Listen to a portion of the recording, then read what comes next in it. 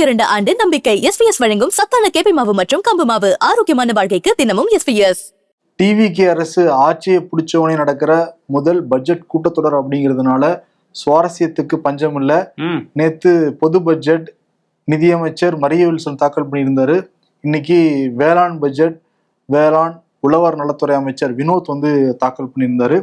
இன்னைக்கு சபாநாயகர் இன்னைக்கு 9:30 மணிக்கே ஸ்டார்ட் ஆயிருச்சு. நேற்று 10 மணி தான் ஸ்டார்ட் பண்ணாங்க, இன்னைக்கு 9:30க்கே ஸ்டார்ட் பண்ணாங்க. சரி, சபாநாயகர் அவைக்கு வந்தோடனே எல்லாருக்கும் வணக்கத்தை வச்சுட்டு உட்கார்ந்தாரு.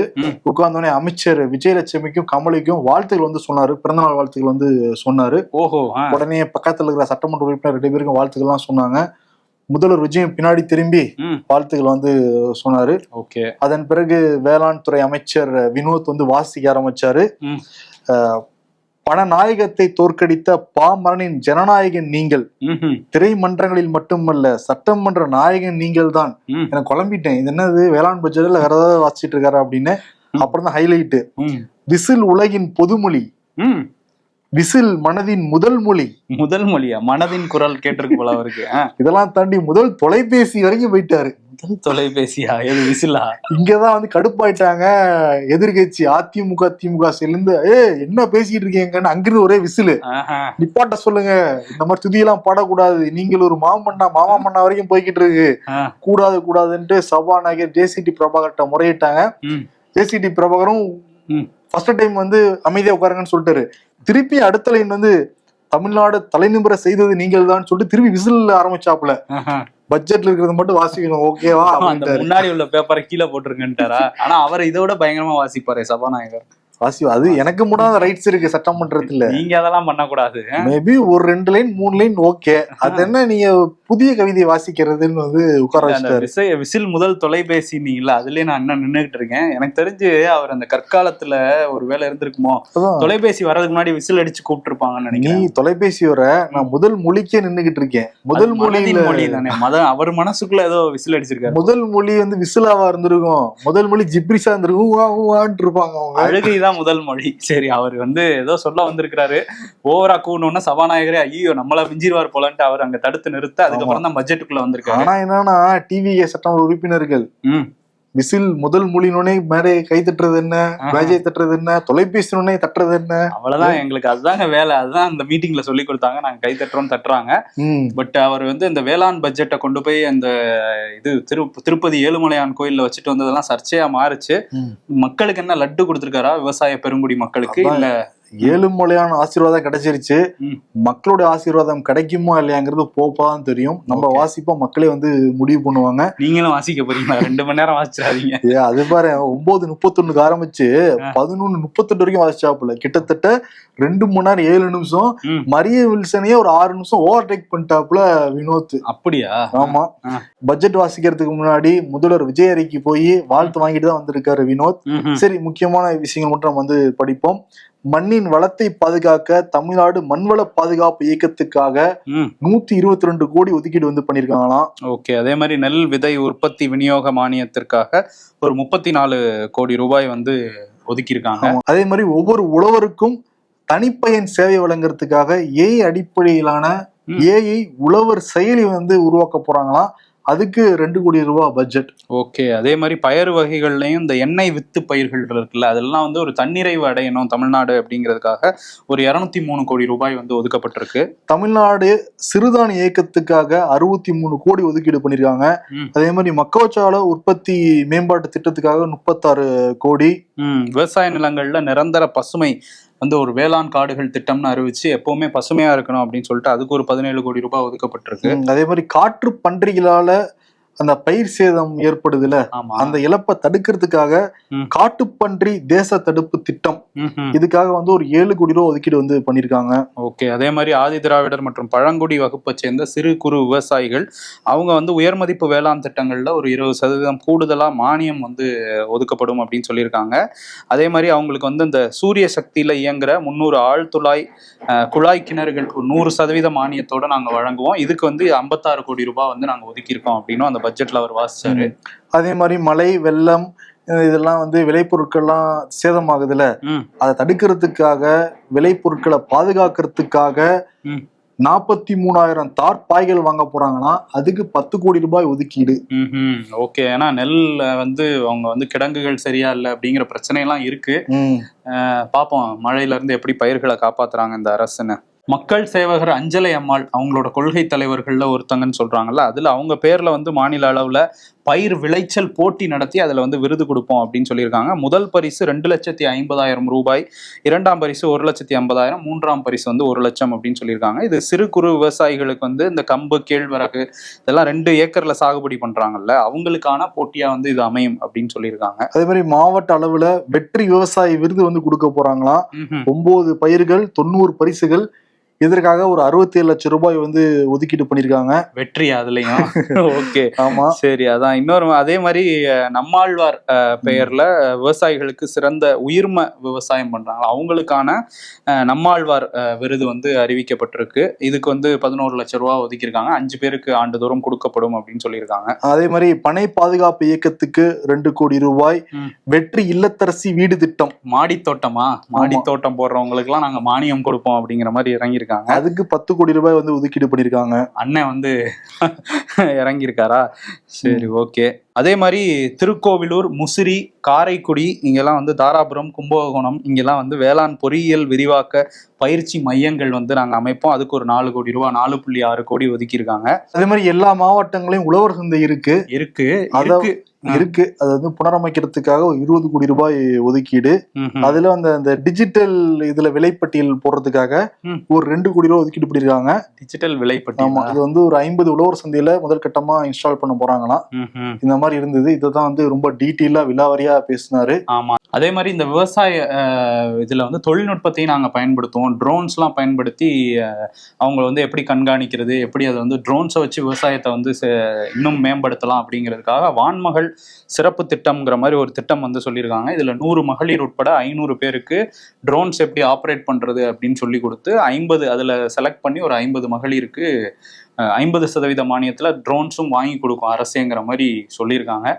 இந்த திட்டங்கள்லாம் வாசிச்சு முடிச்சு ஒரு 2 மணி நேரத்துக்கு மேல வாசிச்சாரு வேளாண் பட்ஜெட்டையே அமைச்சர். பட் இதுல அண்ணன் வெற்றின்னு வந்திருக்கு. அண்ணன் பார்க்கல, மாமா இங்கேயும் பார்க்கல. இல்ல, வெற்றி தான் நமக்கு முக்கியங்கிற மாதிரி வெற்றிக்குள்ளே இதுல போயிட்டாங்க. வெற்றியில பல திட்டங்களை வந்து அறிவிச்சிருக்காங்க. ஓகே, இன்னைக்கு வந்து சபாநாயகர் வந்து 2 பட்ஜெட் தாக்கல் பண்ணிட்டோம். நாளையில இருந்து விவாதம் ஆரம்பிக்க போகுது. நாளையில இருந்து பயங்கர சுவாரஸ்யமா வந்து இருக்கும். அதுக்கான முன்னெடுப்புலாம் நாங்க ரெடியா இருக்கோம்னு சொல்லிட்டு உதயநிதி ஸ்டாலின் வெளியே வந்து பேசினாரு. அதுக்கு முன்னாடி பட்ஜெட்டுக்கான ரியாக்ஷன்ஸ் வந்து பார்க்கலாம். முன்னாள் முதலமைச்சர் மு.க. ஸ்டாலின் என்ன சொல்றாரு அப்படின்னா, வறட்சி பத்தி பேசாம புகழ்ச்சி பாடி முதலமைச்சரின் உச்சிக்குளிர பாராட்டு மழை பொழியத்தான் பயன்பட்டது இந்த பட்ஜெட்டு. அதே மாதிரி திராவிட மாடல் அரசின் திட்டங்கள் மேல வெற்றிங்கிற லேபிள விட்டுனா வேலை முடிஞ்சதுன்னு நினைக்கிறாங்க இந்த அரசு. அப்ப நல்ல திட்டங்களா தானே இருக்கும், அதுலயே கண்டினியூ பண்றாங்கல்ல. ஆமா, அப்படிங்கிற மாதிரிதான் இருக்கு அவர் சொல்றது. அதே மாதிரி உழவர் பெருமக்களுடைய கோரிக்கைகளை உரத்த குரல்ல தொடர் முழுக்க திமுக எம்எல்ஏக்கள் எழுப்புவாங்கிறதையும் சொல்லியிருக்காரு. அதுக்கு பதில் சொல்லி ஆகணும், அதுக்கு தீர்வு கிடைச்சி ஆகணும்னு ட்வீட் பண்ணிருக்காப்புல. ஏன்னா அவர் ஸ்டாலின் டெல்டாக்காரர் தானே, அதனால சொல்லியிருப்பாரு. இன்னொரு பக்கம் வந்து உதயநிதி ஸ்டாலினும் வந்து எதிர்கட்சி தலைவர், அவர் வந்து பேட்டி கொடுக்க வந்தாரு. அப்ப வந்து துரை சந்திரசேகர் வந்து ஒரு வார்த்தையோட அது வைரல் ஆகிட்டு இருக்கு. என்னன்னா இப்பதான் நமக்கு புரியுது, அங்கங்க முதல்ல இடம் பிடிப்பாங்க. நம்ம பாத்துருவோம், அதிமுக எல்லாம் பெரிய தலைகள் இருக்கிறதுனால எடப்பாடி பழனிசாமி இடிச்சுட்டு வந்து நிப்பாங்க, மாறி மாறி அதை நம்ம பாத்துருக்கோம். இப்ப இதே மாதிரி உதயநிதி ஸ்டாலின் வரத்துக்கு முன்னாடி எம்எல்ஏக்கள் அங்க இருந்து நிக்கிறாங்க. துரை சந்திரசேகர் என்ன சொல்றாருன்னா, இந்த பக்கம் சேகர்பாபு விடக்கூடாது, எப்பவுமே சேகர்பாபு தான் நின்னா நாங்களாம் எப்படி நிக்கிறது அப்படின்னு சொல்லிட்டு அவங்களுக்குள்ள ஒரு போட்டி, யாரு முன்னாடி நிக்கிறதுன்னு. கருப்பு சட்டையெல்லாம் வேற போட்டு வந்திருந்தாங்கல்ல. ஆமா, சேகர்பாபுன்னு வந்து சொல்லணும்னே மைக்கிரி சுதாரிச்சுட்டாப்புல அவரு டக்கு வந்து அலர்ட் ஆகுறாரு துரை சந்திரசேகர். ஆனா சேகர்பாபு கொஞ்சம் ஓரம் கட்டுறாங்களாம் உள்ளுக்குள்ளே நிறைய பேரு. சோ பரந்தாமன் அடிக்கடி பேட்டி கொடுத்துக்கிட்டே இருக்காருல்ல இப்ப சமீப காலமா திமுகல இருந்து வந்து. ஏன்னா அவரு தான் முதல்ல குற்றச்சாட்டு வச்சாரு, தலைவர் தோத்ததுக்கு காரணமே சேகர்பாபு தான். அதான் அந்த வாக்கு எண்ணிக்கை நடந்துகிட்டு இருக்கப்பவே சேகர்பாபு ஸ்டாலின் வீட்டுக்கு போயிருக்காரு. அப்ப அங்க இருந்த ஒரு பெண்மணியால சொம்பெல்லாம் தூக்கி அடிச்சாங்கலாம் சொன்னாங்க சேகர்பாபு மேல. ஆமா, இப்ப கூட இருக்கிற சக நண்பர்களுமே அடிக்க ஆரம்பிச்சிருக்காங்க போல தெரியுது சேகர்பாபுவ. சரி, அவர் என்ன பேசினாருங்கிறதுக்கு வருவோம். அவர் என்ன சொல்றாருன்னா, தைரியம் இருந்தா காவிரி விவகாரம் குறித்து நாளைக்கு நாங்க வந்து பேச போறோம், தீர்மானம் எல்லாம் கொண்டு வர போறோம், கடிதம் நாங்க வந்து கொடுத்துருக்கோம். அப்ப நிறைய நாங்க வந்து கேள்வி கேட்போம், முடிஞ்சா தைரியம் இருந்தா முதலமைச்சர் வாயை திறந்து பதில் சொல்லட்டும். அதே மாதிரி பயிர்க்கடனை முழுமையா தள்ளுபடி பண்ணுவாங்கன்னு சொல்லிட்டு ஏமாத்திட்டாங்க. அதே மாதிரி இது வந்து தாவேக்கா வேளாண் பட்ஜெட்னு சொல்றதை விட முதல்வருக்கு ஜால்ரா அடித்த புகழரின் தான் வந்து பட்ஜெட்டை சொல்லலாம் அப்படின்னு குறிப்பிடுறாரு, சொல்லியிருக்காரு. அதே மாதிரி முன்னாள் முதல்வர் எடப்பாடி பழனிசாமி அவரும் வந்து பேசியிருக்காரு. இந்த பட்ஜெட்டோட சாதனை என்ன அப்படின்னா 2 மணி நேரத்துக்கு மேல, அதாவது பொது பட்ஜெட்டை விட இந்த பட்ஜெட் அதிகமா பேசியிருக்காங்கிறது தான் சாதனையா இருக்க முடியும், வேற ஒண்ணுமே இல்லை, இது ஏமாற்றம் தான் இந்த பட்ஜெட் அப்படின்னு சொல்லியிருக்காரு. அன்புமணியுமே வந்து நாங்க அந்த நோக்கமே நிறைவேறல, வேளாண் பட்ஜெட் தனியா கொண்டு வந்ததுக்கான நோக்கமே நிறைவேறல, ஒரு திருப்திகரமான பட்ஜெட் இல்லை அப்படின்னு சொல்லியிருக்காங்க. சௌமியா அன்புமணியும் வெளியே வந்து அதுதான் சொன்னாங்க. கரும்பு விவசாயிகள், நெல் விவசாயிகளுக்கான அந்த கொள்முதல் விலையெல்லாம் வந்து ஏற்றப்படலை. அதே மாதிரி நீர்ப்பாசன திட்டங்கள் தான் நாங்கள் எதிர்பார்த்தோம், அது எதுவுமே இதில் இல்லை அப்படிங்கிற சொல்லியிருக்காங்க. பயிர்க்கடனை முழுமையா தள்ளுபடி பண்ணணும் அப்படிங்கிறதையும் சௌமியா அன்புமணி நேத்தும் சொன்னாங்க.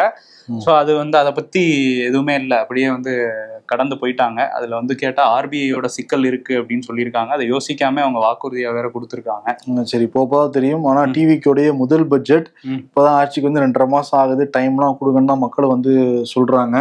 டிவிக்கு அதான் வந்து ஆட்சிக்கு வந்தோடனே முதலமைச்சர் விஜய் வந்து சொன்னாரு. இப்ப என்ன சொல்றாருன்னா முதலமைச்சர் விஜய் இந்த 2 பட்ஜெட்டுக்குமே பாராட்டு தெரிவிச்சிருக்காரு. அமைச்சர்கள் 2 பேருக்கும், மரிய வில்சனுக்கும் சரி, அதே மாதிரி வினோத்துக்கும் சரி, ஒரு தொலைநோக்கு பார்வையோட எல்லா மக்களும் வரவேற்கிற வகையில எல்லா மக்களையும் உள்ளடக்கிய மாதிரி ஒரு வளர்ச்சிக்கான பட்ஜெட் இது அப்படின்னு சொல்லி அவர் பாராட்டியிருக்காரு. எங்க பாராட்டியிருக்காரு? எக்ஸ்ல. அதான பார்த்தேன். நீங்க இதெல்லாம் வேற கேப்பீங்களா? பிரஸ் மீட்ல பாராட்டு வரானே. அந்த பட்ஜெட் முடிஞ்சோன்னா ஒரு பாராட்டு எப்பவுமே அந்த முதலமைச்சர்கள் கிட்ட இருந்து, அங்க பிரதமர் கிட்ட இருந்து வரும்ல, அது மாதிரியான ஒரு டெம்ப்ளேட் பாராட்டு அது. சரி, நாளையில இருந்து விவாதம் ஆரம்பிக்க போகுது. நிச்சயம் பல கேள்விகள் கேட்பாங்க. திமுக அதிமுக வரிசையில் இருந்து என்ன பதில் சொல்ல போறாங்கன்னு பார்க்கலாம் டிவிக்கு தரப்புல இருந்து. இதெல்லாம் தாண்டி நம்ம சொல்லியிருந்தோம், மரிய வில்சன் வந்து நிதி பட்ஜெட் வந்து பேசி முடிச்சாரு. அதற்கு பிறகு நிதித்துறை செயலாளர் சிதிக் தான் பேட்டி கொடுத்தாரு அப்படின்னு. அது வந்து ஒரு புரோட்டோகாலாம் காலங்காலமா அப்படிதான் வந்து நடந்துகிட்டு இருக்கிற ஒரு மரபம். இது வந்து ஏன் அவர் கொடுக்காம கொடுத்தோம் நம்ம சொன்னோம்ல, அது புரோட்டோகால் அப்படிதான் நடந்திருக்கான் அந்த பிரஸ் மீட். ஓகே, அதே மாதிரி நிர்மல்குமாரும் இப்ப பிரஸ் மீட் கொடுத்திருக்காரு. இது ஸ்டிக்கர் திட்டம் அப்படின்லாம் சொல்றாங்க, அப்படிலாம் கிடையாது. போன ஆட்சியில இது பல காலமா அப்படிதான் நடந்துகிட்டு இருக்கு. ஒரு நல்ல திட்டம் இருக்குன்னா அதை அடுத்த ஆட்சியில விரிவாக்கம் பண்ணுவாங்க. அப்படி விரிவாக்கம் பண்ணி தான் நாங்க வந்து அந்த திட்டத்தை கொண்டு வந்திருக்கோம். இல்ல ஸ்டிக்கர் ஒட்டுறதுக்கு ஒன்றும் இல்லை, நல்ல திட்டங்களை எடுத்து கொண்டு வந்திருக்கோம் அப்படிங்கிற மாதிரி அவர் ஒரு விளக்கம். திமுக நல்ல திட்டங்கள் தான் கொடுத்துருக்குன்னு சொல்றாரா? திமுக அதிமுக ரெண்டையும் சேர்த்து தான் சொல்றாரு. முன்னாடி இருந்த திட்டங்களை நாங்க எக்ஸ்டெண்ட் பண்றோம் அப்படின்னு சொல்றாரு. இது காலங்காலமா எல்லா அரசுகளுமே பண்றதுதான் அப்படிங்கிற மாதிரி அவரோட விளக்கம் இருக்குது. இன்னொரு பக்கம் எடப்பாடி பழனிசாமி அவர் எப்பவும் போல கார் மாறி 4 வருஷத்துக்கு முன்னாடி கார் மாறி ஏறினாரு. 2022 ஏறினாப்ல. என்னன்னே தெரியல, அறிவாலயத்துக்கு போகணும் அப்படின்னா டைரக்டா போலாம். அது ஏன் உதயநிதி கார்லயே ஏறணும்னு முயற்சி பண்றான்னு தெரியல. 2022லயும் அப்படிதான் ஒரு துணை முதலமைச்சரா இருந்தாரு. அப்பயும் அவருடைய கார்ல ஏறப்ப நம்ம கார்லன்ட்டு திரும்பினார்ல. இன்னைக்கு அதே தான் வந்து பண்ணிருக்காரு. இன்னைக்கு எனக்கு என்ன கன்ஃபியூஷன்னா, போறாரு ஃபர்ஸ்ட் ஒரு ஒயிட் காரு, அதை பார்த்தோன்னா உள்ள ஏற போயிட்டு ஓ சாரி இது இல்லையா அப்படின்னு சொல்லிட்டு அடுத்த காருக்கு போறாரு. சரி அதுவும் வெள்ளையா இருக்கும் போல அதுன்னு நினைச்சா அது கருப்பு காரு, அதுல ஏறி போறாரு. கலரே கன்ஃபியூஸ் ஆயிட்டாரா என்னன்னு தெரியல. ஏன்னா ஒரு பக்கம் கன்ஃபியூஸ் பண்ணிக்கிட்டு இருக்காங்கல்ல வேலுமணி அன்கோ, அவங்க வந்து போறாங்க. இன்னைக்கு போய் அமைச்சர்களை சந்திச்சிருக்காங்க. அதான் என் ஆனந்த 2 இனிஷியல் கொண்ட முன்னாள் அமைச்சர் போய் சந்திச்சிருக்காங்க. அது என்ன 2 இனிஷியல் இருக்கவங்க மட்டும் அங்க போறாங்க? அதேதான், எஸ்பி வேலுமணி, சிவி சண்முகம், அதுக்கப்புறம் அன்பழகன், கேபி அன்பழகனா, ஆமா 3 பேரும் போய் சந்திச்சிருக்காங்க. வெளியே வந்து பத்திரிகையாளர் சந்திச்சாப்புல எஸ்பி வேலுமணி என்ன சொல்றாரு அப்படின்னா, நீங்க டிவி குரூப் எடுத்துட்டீங்களா, ஜாயின் பண்ண போறீங்களா? ஏங்க நாங்க ஒன்னும் அதிமுக தாங்க இருக்கோம், நீங்களே வாட்ஸ்அப் ஃபார்வர்ட் வச்சு ஏதோ ஒண்ணு கிளப்பி விட்டுறாதீங்க. அந்த அத்திக்கடவு திட்டத்துக்காக நாங்க பேச போயிருந்தோம் என்ன ஆனந்துகிட்ட. 50 ஆண்டுகள் நல்லா வளர்ச்சி தான் அடைஞ்சிட்டு இருந்தது. கடந்த 5 ஆண்டுகளை மட்டும் ஒரு தொய்வு ஏற்பட்டிருக்கு. அதனால அத்திக்கடவு திட்டம் பேசுறதுக்காக நாங்க வந்து என்னன்னு கிட்ட போனே தவிர மத்த எதுவும் இல்லைங்க, நீங்க போட்டதை எழுதி விட்டுறாதீங்கன்னு அவரே வந்து பாயிண்ட்ஸ் எல்லாம் கொடுக்குறாரு அவரு. அத்திக்கடவு அவிநாசி திட்டம் நாங்க தான் கொண்டு வந்தாரு, எடப்பாடி பழனிசாமி தான் கொண்டு வந்தாரு, அவரு பயங்கரமா அதை கொண்டு வந்து முடிக்க போயிட்டாரு அப்படின்லாம் பேசினாங்க. இப்ப அவர் கூடயே பேசுறது இல்ல, எடப்பாடி கூடயே.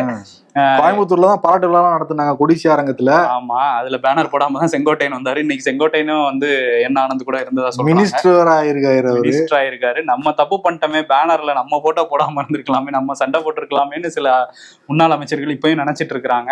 அதுல வந்து சிவி சண்முகம் என்ன சொல்றாருன்னா, எங்களுக்கு எடப்பாடியை சந்திக்கல நீங்க, எனக்கு எடப்பாடிக்கு என்ன சம்பந்தம் அப்படின்னு கேட்கிறாரு. ஆனா அவர் அதிமுக தான் இருக்கேன்னு சொல்லிக்கிறாரு. அவரு அதிமுகவோட பொதுச் செயலாளருங்கிற பதவியில இருக்காரு. ஆனா சம்பந்தமே கிடையாது எனக்கும் அவருக்கும். நாங்க அமைச்சர்களை தொகுதி மக்களுக்காக போய் சந்திச்சோம். தொகுதி மக்கள் எப்போ அது நடக்கிறதான சட்டமன்ற உறுப்பினர்கள் போய் பாக்குறது, அது மாதிரிதான் அப்படின்னு அவங்க சொல்றாங்க. தொகுதி மக்களை போய் சந்திச்சாங்க, இதை நம்ம நம்ப சொல்றாங்க. அவங்க தொகுதி மக்களுக்காக ராஜினாமாவே பண்ணியிருக்காங்க சி விஜயபாஸ்கரும் எம்ஆர் விஜயபாஸ்கரும். இதெல்லாம் நம்ம நம்புவோம். இன்னொரு பக்கம் என்னன்னா, தேர்தல் ஆணையத்தின் விதிகளின்படி பொதுக்குழு செயற்குழு வருஷத்துக்கு ஒரு டைம் கூட்டியே வந்து ஆகணும். இப்ப எப்படி இருந்தாலும் டிசம்பர்ல கூட்டி தான் ஆகணும். அப்ப வச்சுக்கலாம் பஞ்சாயத்து முடிவு பண்ணிருக்காங்களாம் இந்த 4 அணி. அப்ப வீசிக்கலாம் பாட்டில அப்படின்னு இருக்காங்களா? அதான் காலம் ஒரு வட்டம்னு சும்மா சொன்னாரு விஜய் படத்துல. நம்ம முதலமைச்சர் அன்றே கணித்தார் அப்படின்னு சொல்லிக்கலாம். எனக்கு எதுக்கு பாராட்டு விழா அப்படிங்கிற மாதிரி கோட் சூட் போட்டு மேடை ஏறி ராகுல் காந்தி ஆரம்பிச்சு பல தலைவர்கிட்ட வாழ்த்து வாங்கினாப்புல டெல்லியில வைகோ. ஆமா. ஆனா என்ன ஒரு பரிதாபமான நிலை அப்படின்னா எந்த எம்எல்ஏயுமே கிடையாது. அதான் 2 பேர் இருக்காங்களே. அந்த 2 எம்எல்ஏகளும் திமுக சின்னத்துல நின்று போட்டு ஜெயிச்சவங்க. முன்னாள் முதல்வர் மு.க. ஸ்டாலின்லாம் சந்திச்சு பேசினவங்க என்ன சொல்றாங்க வெளியே வந்து அப்படின்னா, வைகோவை எங்களை ரிசைன் பண்ணுங்கன்னு சொல்லிட்டு ரொம்ப நிர்பந்தம் வந்து பண்ணாரு, நாங்கெல்லாம் பண்ண முடியாதுன்னு சொல்லிட்டோம் அப்படிங்கிறாரு. சீர்காழி எம்எல்ஏ செந்தில் செல்வனும் ராஜேந்திரன் கடையநல்லூர் எம்எல்ஏவுங்க. இதுக்கு ரெண்டே பேரு கழிவெளி ஊத்துறாங்க வைகோவை. அங்க டெல்லியில ராகுல்கிட்டே பாராட்டு வாங்கினா கூட சொந்த கட்சிக்காரங்கிட்ட பாராட்டு வாங்க முடியாது வைகோனால. ஆமா, அவங்க இப்ப சொந்த கட்சியும் இல்லைன்னு நினைக்கிறேன். அவங்கதான் திமுகவுல தான் தொடர்றோங்கிற மாதிரி சொல்லிட்டாங்க. சோ அதனால திமுக சின்னத்துல நின்னவங்க இப்ப திமுகவாவே மாறிட்டாங்க. அவ்வளவுதான், அந்த 2 எம்எல்ஏ இனிமே கிடையாது. இன்னொரு பக்கம் என்னன்னா, ஆனா இன்னொரு விஷயத்துக்காக நான் காத்திருக்கேன். எப்படி வந்து துரை வைகோ வந்து புன்னாடா போத்திக்கிட்டு இருக்கிறப்ப ராகுல் காந்திக்கு வந்து ராகுல் காந்தி கத்துனாரோ அதே மாதிரி ஒரு சீன் தமிழ்நாட்டுல நடக்கணும். விஜய்க்கு புன்னாடா வைகோ போத்திக்கிட்டு இருக்கிறப்ப விஜய் வந்து துரை வைகோ சொல்லணும். கண்டிப்பா கத்துவாரு. கத்தாம எங்க போறாரு? இங்கதானே இருக்காரு, சீட்டு வேற வேணும். அதனால எல்லாத்துக்கும் தயாரா தான் இருப்பாங்க அவங்க. இன்னொரு பக்கம் செந்தில் பாலாஜி காலையிலயும் சாயந்தரமும் போய் திருவல்லிக்கேணி போலீஸ் ஸ்டேஷன்ல கையெழுத்து போட்டு வந்துகிட்டு இருந்தாரு. இப்ப அது ரொம்ப கஷ்டமா இருக்குன்னு சொல்லிட்டு உயர்நீதிமன்றத்துல மனு போட்டிருந்தாரு. அதுல இருந்து தளர்வு வேணும்னு. அதுல இருந்து தளர்வு கொடுத்துட்டாங்க. இனிமே அங்க தினசரி போய் கையெழுத்து போட வேணாம் அப்படின்னு சொல்லியிருக்காங்க. போலீஸ் வேணும்னா ஒரு அழைப்பாணை கொடுத்து அவரை கூப்பிட்டு விசாரிச்சுக்கலாம் அப்படிங்கிறதையும் உயர்நீதிமன்றம் சொல்லியிருக்காங்க. இது இந்த தாவேகா குதிரை பேர வழக்கு, தாவேகா எம்எல்ஏ கிட்ட காசு பேசின வழக்குல தான் இது வந்து போய்கிட்டு இருக்கு. அதுல ஏற்கனவே நிறைய பேர் அரெஸ்ட் பண்ணியிருந்தாங்க. சில பேருக்கு பிணை கிடைச்சிருந்தது. இப்ப கூடுதலா 2 பேருக்குமே பிணை வந்து கிடைச்சிருக்குது. செந்தில் பாலாஜி வந்து தளர்வு கொடுத்தா கூட இன்னொரு முன்னாள் அமைச்சர் இப்ப வந்து சிக்கியிருக்காரு, பொன்முடி. சைவம் வைணவத்தை பத்தி ரொம்ப அவதூறா வந்து பேசினாரு. அதே மாதிரி பெண்களுக்கு குறித்த அவதூறா வந்து பேசினாரு. இதை ஒட்டி பிஜேபி கவுன்சிலர் உமா வந்து சென்னை சைதாப்பேட்டை நீதிமன்றத்துல வழக்கு வந்து போட்டிருந்தாங்க. இப்போ அந்த வழக்கு விசாரணைக்கு ஆஜராகணும் பொன்முடி, ஆஜராகவே இல்லை. அதனால சென்னை ஜார்ஜ் டவுன் நீதிமன்றம் அவருக்கு பிடிவாரண்ட் வந்து போட்டிருக்காங்க. செப்டம்பர் 2ஆம் தேதிக்குள்ளார ஆஜர்படுத்தணும்னு உத்தரவு வந்து போட்டிருக்காங்க. இன்னும் நிறைய டைம் இருக்கு. அதனால இங்க சுத்தி பார்த்துட்டு வந்துடலாம். ஆமா, வந்து ஆஜராகி தானே ஆகணும் நீதிமன்றம் சொன்னதுனால. கொளத்தூர் தொகுதியில போட்டி போட்ட திமுக தலைவர் முன்னாள் முதலமைச்சர் மு.க. ஸ்டாலின் VS பாபு கிட்ட 8795 வாக்கு வித்தியாசத்துல தோல்வி அடைஞ்சார்.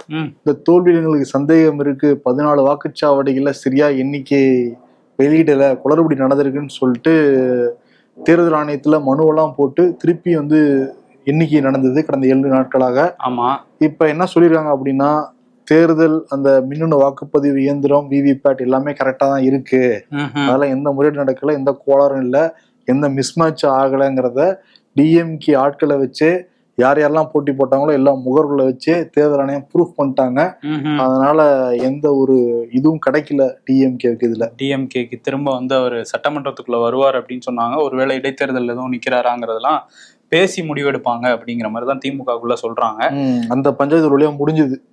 ஆமா, முடிஞ்சிருச்சு. இன்னொரு பஞ்சாயத்து என்னன்னா, இந்த டாஸ்மாக் கடைகள்ல வந்து நாங்க வந்து ஆன்லைன் வந்து முன்பதிவு கொண்டு வரோம்லாம் சொல்லியிருந்தாங்களா, அதுக்கு விமர்சனம்லாம் வந்துருந்துச்சு. இப்ப அமைச்சர் விக்னேஷ் வந்து என்ன சொல்றாருன்னா, முன்பதிவு வந்து டெலிவரிலாம் பண்ண மாட்டாங்க வீட்டில். அது எதுக்குன்னா எல்லா மதுபான பிராண்ட்ஸும் கிடைக்காம போயிடுது நேரில் வரவங்களுக்கு. ஸோ முன்பதிவு பண்ணி வச்சுட்டா நீங்கள் போய் வாங்கிக்கலாம். அதுக்காக தான் இது இந்த வசதி. அதுவும் இது சோதனை முயற்சியில தான் இருக்கும் அப்படின்றாங்க. சோதனை வரப்போதோ இதனால மதுப்பிரிவு அவங்க பிராண்டு கேட்டு வராம கிடைக்காதனால லாஸ் ஆயிடுது கம்பெனிக்கு. அதனால அவங்களுக்கு பிடிச்ச பிராண்ட ஸ்டாக் வச்சுக்கிறது எங்களுடைய கடமை. இதுல ஆன்லைன்ல போய் அவங்க அந்த பிராண்டுக்கு பதிலாக மாத்தி வேற எதையாவது கிளிக் பண்ணி விட்டுருவாங்க மது பிரியர்கள். அது பிராண்ட்ல ரொம்ப தெளிவா இருப்பாங்க, அந்த நேரத்துல ஸ்டெடியா இருப்பாங்க. அதனால வந்து அவர் சொல்லியிருக்காரு. அதே மாதிரி ரசீது பத்தியும் பேச்சு வந்திருக்கு. அது என்னன்னா, மாதவரத்தை சேர்ந்த தேவராஜங்கிறவர் வந்து நீதிமன்றத்தில் வழக்கு போட்டிருந்தாரு. அங்க 30 மதுக்கடை இருக்கான், எல்லா கடையிலுமே கூடுதலா 10 ரூபா வச்சு விக்கிறாங்களாம். இதே மாதிரி தரமா வந்து விக்கிறது இல்ல, இந்த மாதிரி புகாரா இருந்தது. 30 கடையிலையும் போய் வாங்கியிருக்காரா? மனு போடுறதுக்காக வாங்கியிருப்பாரு. நீதிபதி இளந்திரையன் இது விசாரிச்சு இப்ப நடக்கக்கூடாதுன்னு சொல்லிட்டு இப்ப எல்லாத்துக்கும் ரசீது வந்து கொடுக்கணும் அப்படின்னு உத்தரவு போட்டிருக்காரு அவரு. டாஸ்மாக்ல பாட்டில் வாங்குறதே பெரிய போராட்டமா இருக்கும். ரசீதெல்லாம் அவங்க வந்து கொடுப்பாங்களா என்னங்கிறது நீதிமன்ற உத்தரவு இருக்கு, பாப்போம் இதெல்லாம் நடைமுறைக்கு எந்த அளவுக்கு சாத்தியப்படுது. நீதிமன்ற உத்தரவு இருக்கு, குடுக்கலன்னா நீதிமன்றம் அவமதிப்பு ஆகும். அவமதிப்பாச்சுன்னா பாரு எல்லாம் கொடுக்குறவங்க அவங்க பாட்டில வாங்கணும் ஓடிடுறாங்க அப்படின்னு சொல்லி சமாளிச்சுக்குவாங்க. நாங்க ரசீது அடிக்க பாட்டிலே வாங்க முடியலையே. ஏதாவது இந்த ஃபர்ஸ்ட் ஷோ டிக்கெட் அப்ப இந்த கவுண்டமணியும் ரஜினிகாந்தும் ஒரு படத்துல போய் வாங்குவாங்க. ஆமா, கண்ணாடி எல்லாம் இருக்கும். அது டெய்லி அப்படிதான் வாங்கிக்கிட்டு இருக்கா எல்லா டாஸ்மாக் கடை முன்னாடி. இதுல 700 கடை வேற மூடிட்டீங்கிற ஃபீலிங்ஸ்ல பக்கத்து கடையில கூட்டம் அதிகமாயிடுச்சுன்னு வேற அவங்களுக்குள்ள ஒரு சண்டை. சரி, இந்த சண்டையெல்லாம் இருக்கட்டும். இன்னொரு இது என்னன்னா, அமித்ஷா அவர் வந்து இந்த இப்போ முன்னாடியே வர வேண்டியது தமிழ்நாடு புதுச்சேரிக்கெல்லாம். புதுச்சேரியில இந்த காவல்துறைக்கு விருது வழங்குற விழா நடக்க போகுது, அதுக்கு வந்து வராரு. 8ஆம் தேதி அங்க வந்துட்டு தமிழ்நாட்டுக்கும் வராரு. வந்து பாஜக மூத்த தலைவர்கள்லாம் வந்து பார்த்து பேசிட்டு, யாரு பாஜக மூத்த தலைவர்கள்னு இப்ப தேட வேண்டியதா இருக்கு. ஆளே காணாம போயிருக்காங்க. ஒருத்தர் இருக்காப்லையே, யாரு, நயினார் நாகேந்திரனா? அவரு அதிமுக மூத்த தலைவர், இங்கே அவர் இப்பதானே வந்திருக்காரு. BJP MLA, Coonoor MLA. அவரு போஜராஜனா, அவரு மிக மூத்த தலைவர். நான் தான் இந்த சட்டமன்றத்திலே மூத்தவர்லாம் பேசுவாரு. அவரை சந்திப்பாருன்னு நினைக்கிறேன். சந்திச்சு ஆலோசனை எல்லாம் நடத்தி என்ன பண்ணலாம், அண்ணாமலை என்ன பண்ண போறாரு அப்படின்னு சொல்லிட்டு போவாருன்னு நினைக்கிறேன். அண்ணாமலையா? அவருக்கு தெரியும்ல அண்ணாமலை என்ன பண்ண போறாரு. அவர் சொல்றத அண்ணாமலை செஞ்சுக்கிட்டு இருக்காருன்னு சொல்றாங்க. இங்க அண்ணாமலை செய்யறாரு, அமித்ஷா சொல்றாரு, அண்ணாமலை செய்யறாரா? சரி, இன்னொரு பக்கம் வந்து மெட்டாவை செஞ்சுக்கிட்டு இருக்கு மத்திய அரசு. மோடி அந்த 23ஆம் தேதி பேஸ்புக்ல, இன்ஸ்டாகிராம்லன்ட்டு ஓவர் டைம் வேலை பார்த்து வீடியோ வந்து போட்டிருந்தாரு. அதை மெட்டா நிறுவனம் 5 மணி நேரம் நீக்கி வச்சிருந்தாங்க. 5 மணி நேரம் கழிச்சு அதை வீடியோ திருப்பி ரீபப்ளிஷ் பண்ணி மன்னிப்புலாம் கேட்டாங்க. இருந்தா கூட நாங்க விட மாட்டோம்னு சொல்லிட்டு நாடாளுமன்ற நிலைக்குழுல ஆஜராகணும் மெட்டா நிறுவன தலைவர்கள்லாம் உத்தரவு வந்து போட்டிருந்தாங்க. நிஷகாந்த் தூபே என்ன சொன்னார் அப்படின்னா, எதுக்காக நீக்கினாங்கிறத வந்து நேரில் ஆஜராகணும் சொல்லியிருந்தோம். மெட்டாவுடைய சர்வதேச அந்த டீம் வந்து ஆஜரானாங்களாம், நிறைய விளக்கெல்லாம் கேட்டாங்களாம். மெட்டா நிறுவனத்துடைய தலைவர் மார்க் ஜக்கர்பர்க் மன்னிப்பு கேட்கணும், அது 3 நாளுக்குள்ள மன்னிப்பு கேட்கணும். மன்னிப்பு கேட்கல அப்படின்னா இந்த அவதூறா பேசுறது, ஆபாசமா வந்து பதிவிடுறது, வன்முறையை தூண்டுறது, இந்த மாதிரி எல்லா இடங்களும் நான் வழக்கெல்லாம் போடுவோம் அப்படின்னு பிரஸ் மீட்ல சொல்லிட்டு இருக்காப்புல. என்னது டெலீட் பண்ணதுக்கும் இதுக்கும் என்ன சம்பந்தம்? அவர் சம்பந்தப்படுகிறார். அவரு இந்த வழக்கெல்லாம் சந்திக்க வேண்டியது இருக்கும், அவ்வளவுதான் மன்னிப்பு கேட்க சொல்லுங்கட்டாங்க. கொடுத்துட்டு சில மணி நேரங்களே மத்திய அரசுல தகவல், மார்க் வந்து மன்னிப்பு கேட்டாரு அப்படின்னு சொல்லிட்டு. ஓகே, மன்னிப்பு கேட்டாராமா? இப்ப மன்னிப்பு கேட்டாரு அப்படின்னா இப்ப இதெல்லாம் தவறு நடந்துட்டு இருக்கிறது நீங்க பாத்துதான் இருக்கீங்க. வழக்கு போட மாட்டீங்களா? அதுக்கு மன்னிப்பு கேட்டா விட்டுருவீங்களா? வழக்கு போடுங்கன்றீங்களா நீங்க? இல்ல, அதை விட நிறைய தவறு நடந்திருக்குன்னு ஒத்துக்கிட்டாரு பிரதமர் மோடியே. குளறுபடி நடந்திருக்கு நீட் தேர்வுலன்னு சொல்லிதான் மறு தேர்வு நடத்தினாங்க. மன்னிப்பு கேட்டாரா இந்த மாணவர்கள் கிட்ட? அவர் மட்டும் கேட்க மாட்டாங்க, அதுல எவ்வளவு பேர் இறந்து வேற போனாங்க. ரொம்ப சென்சிட்டிவான மேட்ரு. இவரோட வீடியோ 5 மணி நேரம் நீக்கிட்டாங்க. அப்பயே மன்னிப்புலாம் கேட்டாச்சு மெட்டா நிறுவனம். இருந்தா கூட தலைவர் மன்னிப்பு கேட்கணும்னு ஈகோ அவங்களுக்கு, அவரும் கேட்டாச்சு. 20 பேர் உயிரிழந்ததுக்கு பாஜக காரங்களுக்கு குற்ற உணர்ச்சியே இருக்காதுன்னு நினைக்கிறேன். அவங்க மன்னிப்பெல்லாம் எதுவுமே கேட்கல, அதுக்கு அடுத்து போயிட்டாங்க. சரி, ஓகே. இன்னொரு பக்கம் வந்து இந்த என்டிஏ எம்பிஸ் மீட்டிங்லாம் நடந்தது. என்ன நம்ம பண்ண போறோம் ஃப்ளோர்ல, அதாவது லோக்சபா ராஜ்யசபால என்ன பண்ண போறோம் அப்படிங்கறதெல்லாம் பேசினாங்க. இது என்ன பண்ணிக்கிட்டு இருக்கோம், சவுண்ட் விட்டுட்டு இருக்கோம், அதே தான் பண்ண போறோங்கிற மாதிரி பண்ணியிருக்காங்க. இதுல என்னன்னா ஒரு ட்விஸ்ட், ஏற்கனவே அந்த திரிணாமுல் காங்கிரஸ்ல இருந்து ஒரு 20 எம்பிக்களுக்கு மேல போய் என்சிபிஐன்னு ஒரு லெட்டர் பேட் கட்சியில ஜாயின் பண்ணி அந்த கட்சி வந்து என்டிஏல ஜாயின் பண்ணியிருந்தாங்கல்ல. அதுல 3 எம்பிக்கள் இப்ப என்டிஏ கூட்டங்களை தவிர்க்கிறாங்களாம். என்டிஏ எம்பிஸ் போற கூட்டங்களை நாங்க பிஜேபியை சப்போர்ட் பண்ண மாட்டோம் அப்படின்னு சொல்லியிருக்காங்களாம். அப்புறம் ஏன் மம்தா கிட்ட இருந்து போனாங்கன்னு தெரியல. அதுல இந்த கிரிக்கெட்டர் யூசப் பத்தான், அதே மாதிரி 3 கலிலுர் ரஹ்மான், அபு தாஹிர், இந்த 3 இஸ்லாமிய எம்பிக்கள் நாங்க பாஜகவோட போக மாட்டோம் அப்படின்னு சொல்லியிருக்காங்க. இந்த பக்கம் இந்தியா கூட்டணி ஆல்ரெடி திமுக எம்பிக்கள்லாம் அதுல நாங்க ஆதரவு கிடையாதுங்கிற மாதிரி சொல்லியிருக்காங்க. இருந்தாலும் அவங்களும் கூட்டம் போட்டிருக்காங்க. கார்கே தலைமையில என்னென்ன பண்ணலாம் அப்படிங்கிறத இந்த வரப்போற நாட்கள்ல நம்ம நாடாளுமன்றத்துல ஒரு சம்பவம் பண்ணி ஆகணும் அப்படிங்கறதுல குறியா இருக்காங்க. இப்போ டிஎம்கே மட்டும் தனியா மீட்டிங் போடுவாங்களே, எல்லா அளவு மீட்டிங் போட்டுருக்காங்க, நம்ம எந்த நிலையுமே இப்ப இல்ல, அதனால போட்டுக்குவோம் தனியான்னு அவங்களும் போட்டு அவங்களும் சம்பவத்துக்கு ரெடி ஆகிட்டு தான். இதுக்காக அப்படின்னா அந்த தொகுதி மறுவரை மசோதா கொண்டு வர போறாங்களாம் இந்த நாடாளுமன்ற கூட்டத்தொடர்ல. அது எப்படிலாம் நம்ம வந்து டிஃபெண்ட் பண்ணலாம்னு சொல்லிட்டு இந்தியா கூட்டணி எம்பிக்கெல்லாம் கூட்டத்தெல்லாம் போட்டிருக்காங்க. வரப்போற நாட்கள்ல அது ஒரு பெரிய பிரச்சனையா மாறலாம் இந்தியா முழுக்க. பார்ப்போம். நீங்கள் விரும்பிய மாற்றம் இதோ உங்களுக்காக. டாஸ்மாக் கடைகளில் நெரிசலை தவிர்க்க ஆன்லைன் புக் செய்து மது வாங்கும் வசதி அறிமுகம். இது மது பிரிவுகள் கொண்டாடும் வெற்றி. Really hands off to all of யூன்னு கீர்த்தனா போட்டிருக்காங்க. மாற்றம்னு சொன்னானே, கடைசியில பார்த்தா முந்தைய அரசு கொண்டு வந்த திட்டத்துக்கு எல்லாம் பெயரை மட்டும் மாத்தி வச்சிருக்கானுங்க. நல்லா இருக்குப்பா அவங்க மாற்றம்.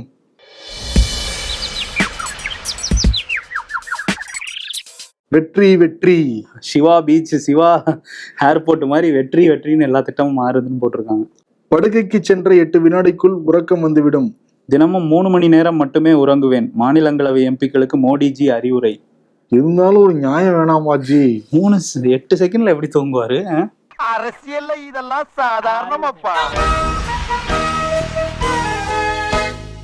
மெட்டா நிறுவனத்தை கூப்பிட்டு சாரி கேட்க வச்சிருக்காங்க. அது ஏற்கனவே சொல்லியாச்சு சார். இருந்தாலும் நேர்ல வர சொல்லி சாரி கேட்க சொல்லி, தலைவரை சாரி கேட்க சொல்லி எவ்வளவு சாரி கேட்பாங்கன்னு தெரியல. மெட்டா நிறுவனம் நீங்க பல சாரி கேட்க வேண்டியது இருக்கு. 100 டைம் எழுதிடுவாங்க, சாரி சாரி அனுப்பிடுவாங்க போல தெரியுது.